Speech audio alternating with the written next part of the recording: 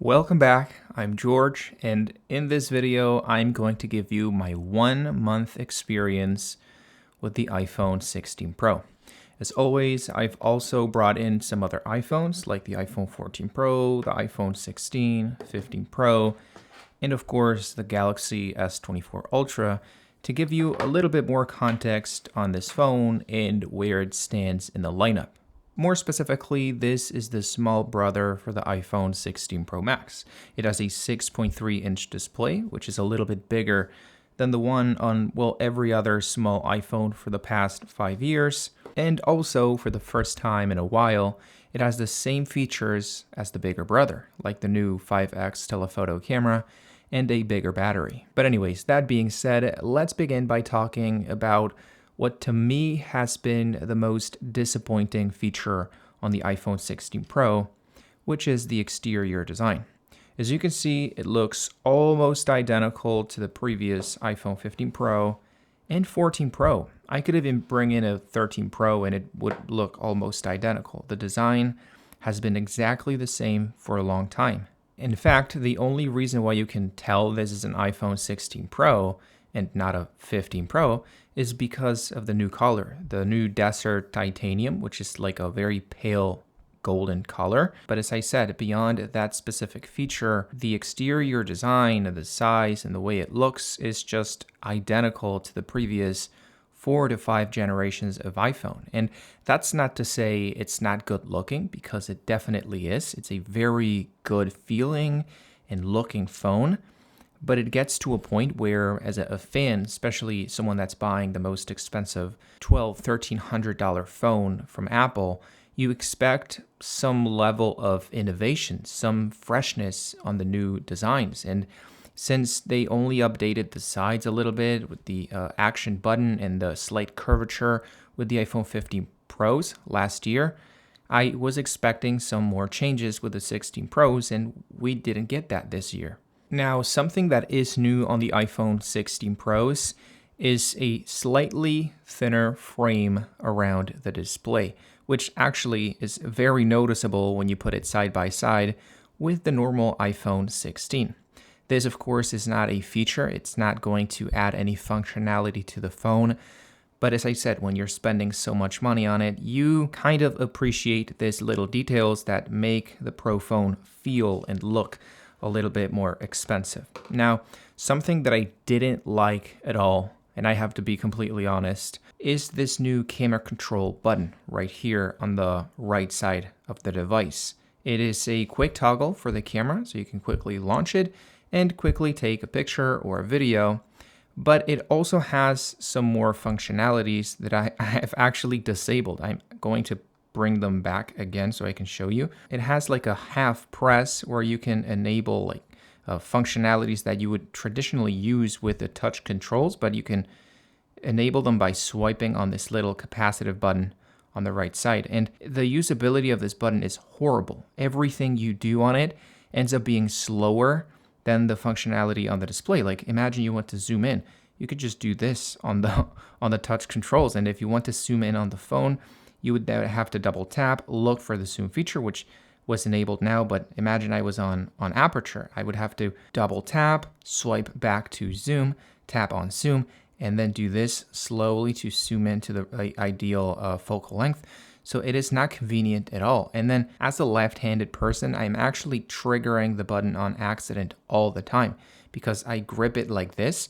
And so my middle finger rests exactly where the new camera control is. So if I grip it with a little too extra force, all of a sudden I trigger the camera control icons, and then everything else disappears and I have to swipe it away. So I also swipe the mode on the touch controls, which is another big issue with the camera control. So if you're here and you want to swipe it away, you also swipe on the touch controls. It's stupid. If I'm going to enable this mode, block all of the other controls until I swipe it away. That's at least my opinion. But yeah, generally speaking, I have not used or enjoyed the camera control, actually quite the contrary.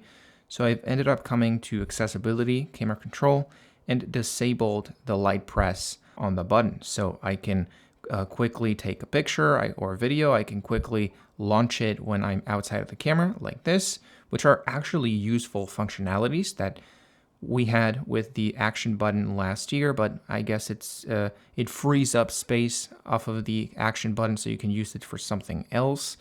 But yeah, the more in-depth features, the half press, the menus, I didn't really like, and I have to be honest. Now, something that is purely based on my experience, but I've actually noticed, is that it has better audio. Both the iPhone 16 and 16 Pro have better audio than the iPhone 15 Pro and noticeably better audio than the iPhone 14 Pro.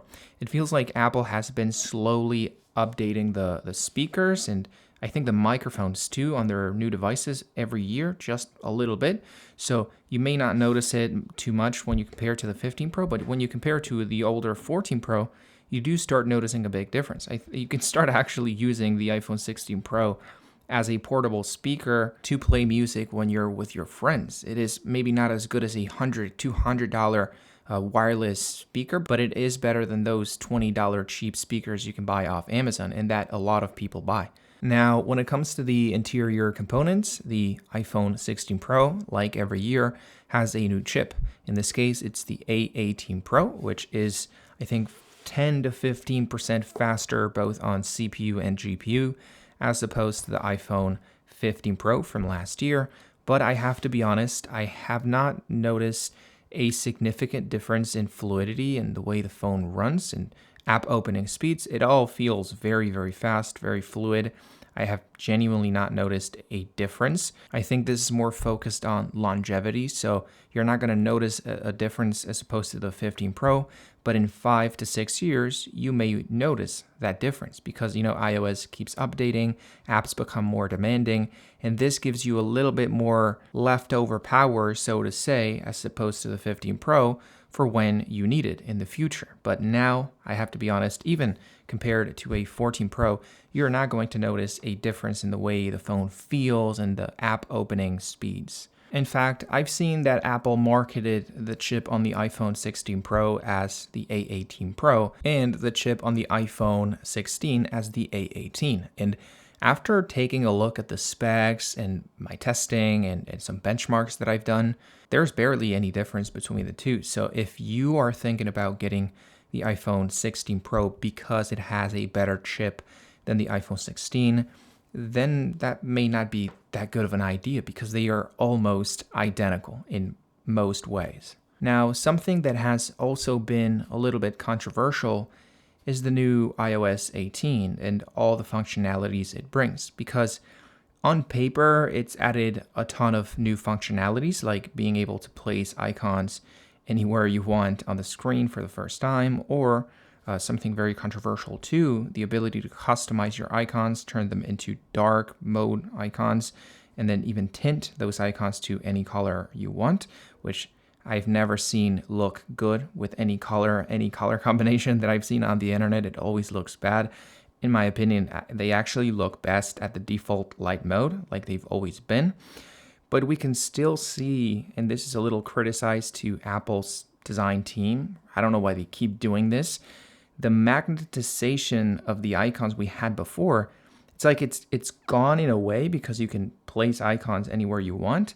But then if you want to take an icon from here, from the top, but you don't want anything else to move, that doesn't work. It's still, everything is still magnetized. You can't move something without everything else interacting with that movement, which is a little bit of a pain in the ass. There's just the new advantage that you can theoretically place things anywhere you want on the display. But if I wanted to leave there it is. That's the magnetization problem acting. There it is. If I wanted to leave a hole in the middle of my display, I would have to spend 30 minutes customizing the icons, taking them all to a new page, and then setting everything up one by one because the magnetization on the icons wouldn't let you do it any other way. So it's like a 50-50 between the Android way, which is complete freedom, and the traditional iOS way, which is complete control over the way you set up your icons. It's better than we had before, but it still has some of those weird magnetization capability. They're not capabilities, annoyances from iOS. Now this customization also pours into the lock screen with one of the best new features, in my opinion, on iOS 18, which is that now you can change the quick access controls on the bottom, because why not? If you don't want to turn on the flashlight, but you want to open an app or do whatever, you can actually delete the flash and do anything else you want, like it should be. This doesn't seem like that complicated of a feature to implement on phones, even on older devices. So I'm not really sure why Apple waited so long to do this. And even better, you can actually now customize your control center. You can set up icons anywhere you want. You can actually also set them up anywhere on the array of dots that you can place icons on. But once again, I'm going to completely ruin the control center to show you this, but we still have, there it is. We still have some of those weird magnetization issues. Like I cannot see now. Now everything is just completely torn. I don't know how it was set up earlier, but it's almost like Apple still wants to have some control over the way you're doing things. So if I want to take the focus mode out of here, they are going to choose what happens after and what icons go there. See, now it's a whole mess. And if I put it back in place, how can I get back to the normal position? Now it's all completely messed up. Thankfully, on iOS 18.1, which has not released yet at the time I'm making this video, there is a quick default mode for Control Center where you can put everything back to normal. But see what I've done just by trying to take focus mode out of its position? I've completely broken the Control Center. I'll have to spend 10 minutes after this video setting it up again. But yeah, I like it because it's better than not having any control over where icons go. But please, Apple, stop trying to choose for me. If I want to move an icon, maybe I just want to move at that icon and not everything else. But anyways, that's what I think about iOS 18 in a nutshell. I like it. It's better. It gives you more customization than iOS 17 did.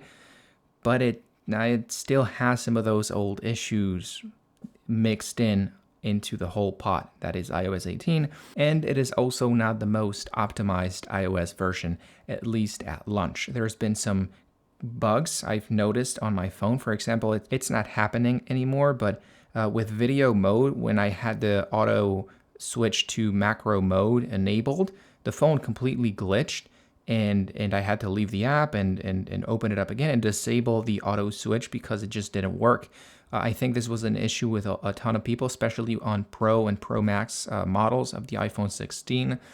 But yeah, I like it, but there's still some more things Apple could do to make it less annoying, so to say.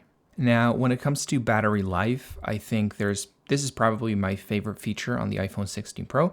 There's been a very noticeable improvement as opposed to the iPhone 15 Pro, and a very, very noticeable improvement as opposed to the iPhone 14 Pro. I would say the battery on this phone was bad, like outright not acceptable. It was really, really bad. Then the iPhone 15 Pro was a little bit better, but it was still mediocre. I think it was worse than the iPhone 15, the base iPhone 15. And this year, Apple has improved battery life across the board, from the iPhone 16 to the 16 Plus, 16 Pro, and 16 Pro Max. I think ranging from 8% more to 16% more. And I think the 16 Pro was the one that got the biggest boost from the iPhone 15 Pro. I have definitely noticed a big improvement. I've gone from a day of battery life, a normal day of use, at least in my case, to a solid day and a half. Maybe it's because my old iPhone 15 Pro doesn't have 100% battery life anymore. But yeah, I've noticed a big boost when it comes to my old device. Now, that being said, what was probably the most surprising update when it comes to the battery on the new iPhones was the inclusion of fast charging up to 45 watts, which is the standard on high-end Android phones like the Samsung Galaxy S24 Ultra. I never thought I would see a day where the iPhones have the same fast charging as the other Android phones. It's really impressive. I'm not really sure what's going on at Apple. It seems like they are correcting their philosophy. They're like very closed-in philosophy of things are done the way we want them to be done. And they are just giving more options to the user. They've also updated the fast charging with MagSafe ports up to 25 watts, which is the old fast charging speed for wired, so very impressive. And they still unfortunately have the same 4.5 watt charge for wired reverse charging. So you can still charge an iPhone with another iPhone. Let's see which one charges which. There it is, the iPhone. Okay, the iPhone 16 Pro is now charging the 16. I think it's the one that has the most battery charges the other. I think that's the way it works. But yeah, this is still locked at 4.5 watts, and it's only able to be done wired. So you can't plug one iPhone on the back of the other like with Samsung phones and start wirelessly charging each other. But anyways, back to the disappointments. Let's talk about the cameras. This year, I was expecting a very big change with the cameras because the iPhone 15 Pro, I'm sure most of you didn't know, but the iPhone 15 Pros got the exact same cameras as the iPhone 14 Pros. The same lenses, the same sensors, the same resolutions. It was exactly the same cameras. I think they only updated the codecs and the software to make pictures and videos look a little bit better. But that's, as I said, that's all software. That's not the hardware of the cameras. So I was honestly expecting a well overdue change to the actual physical sensors and the components of the camera. And they are still the same. I mean, we've got the new 5x telephoto camera we had on the iPhone 15 Pro Max last year. Now it's on both models on the 16 lineup. But in every other way, we still have the same sensor we had last year on this camera, and on this camera for the iPhone 15 Pro Max. And we have the same lenses for this camera, and for this camera as well. So the only difference, the only actual hardware difference we've gotten on the new iPhones is that the ultra-wide camera can now shoot 48 megapixel photos, which on paper is great. It's 4 times more megapixels. It's great news. But when you start looking into it, you realize that that's only good when the camera sensor is big enough to capture the extra light that's necessary to light up the extra pixels, because the more megapixels, the smaller the megapixels. So you also have to increase the sensor size and improve the quality of the optics so you can actually see an improvement in photo and video quality.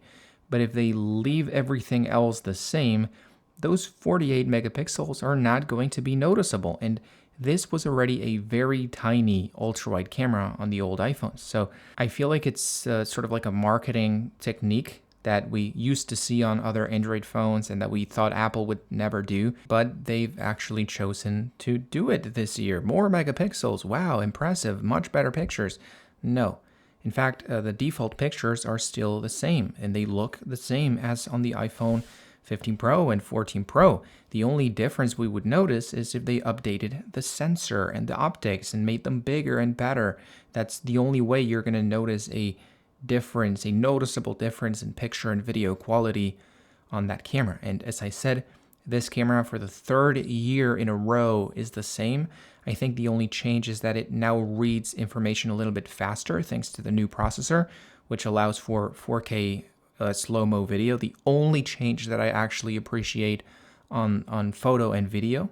That's the only thing that I consider to be noticeable, a big improvement. And then this camera, well, it's great. We didn't have it last year on the 15 Pro, but it's not an improvement. It was on the 15 Pro Max. It's just now on the normal phone too, which was expected to happen. Now, I would show you some in-depth pictures and videos so you could see the difference in picture quality, but trust me, I have been comparing all these cameras, the 16 Pro against the 16 and against the 15 Pro and the 14 Pro, and you cannot notice any difference. The only difference that I've seen that's noticeable to my eyes is that they've slightly changed the codecs every year. So the iPhone 15 Pro was a little bit warmer. Now the iPhone 16 Pro is a little bit cooler. I think the 14 Pro was also cooler. They changed the white balance, the auto white balance the phone does, and the codecs for that auto white balance. So pictures look a little bit different when it comes to the color science. But in terms of detail, dynamic range, and the way they manage exposure and focus, they are the same, the exact same thing, once again for the third year in a row. Now, as I said, the most impressive and only new feature on the new iPhone 16 Pro is that it now can record 4K video up to 120 FPS. And the reason this is so impressive is that this is not just 4K 120 FPS like on most other Android phones, where they lower the bit rate and they lower the quality so they can theoretically capture the same information as with 4K 60, but doubling the frame rate. In this case, it's true 4K 120. Same quality, same dynamic range, same everything as you would get with 4K 30 or 60. So you can capture some very impressive and visually appealing videos with the iPhone 16 Pro. This is the only thing that I'm like impressed by, and I'm grateful to have the iPhone 16 Pro so I can try this feature. It is really impressive. Nowadays, even very expensive professional cameras have 4K 120 FPS. And in fact, this camera that I'm shooting on right now, which is very professional, much more professional than the iPhone, can only go up to 4K 60 unless you do a crop, which then it's not the same thing. This is 4K 120 without any quality loss, without any crop. That's really, really impressive. I feel like I've maybe been a little bit pessimistic with the camera and with the other features, but that's because this year has been a very, very, very tiny year with very few updates. It almost feels like if you have an iPhone 15 Pro, there's no real compelling reason to update. The new camera control is just useless. The 4K 120 mode is fine, but it's not reason enough to get a new phone over the 15 Pro. And in every other way, they just feel the same. It's like you're just getting a newer phone with less scratches because you just got it.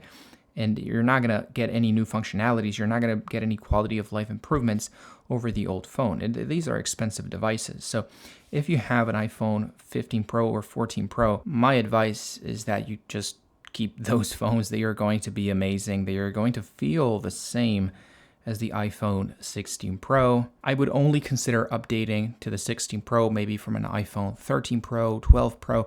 Then yes, you are going to notice a bump in the way the phone feels, in the camera quality a little bit, in the battery life. That's going to be a big improvement. Yeah, so then sure, you can update from those other phones. The difference is going to be noticeable. That being said, as always, I left the best possible price for the iPhone 16 Pro on Amazon, just in case you want to buy it or take a look.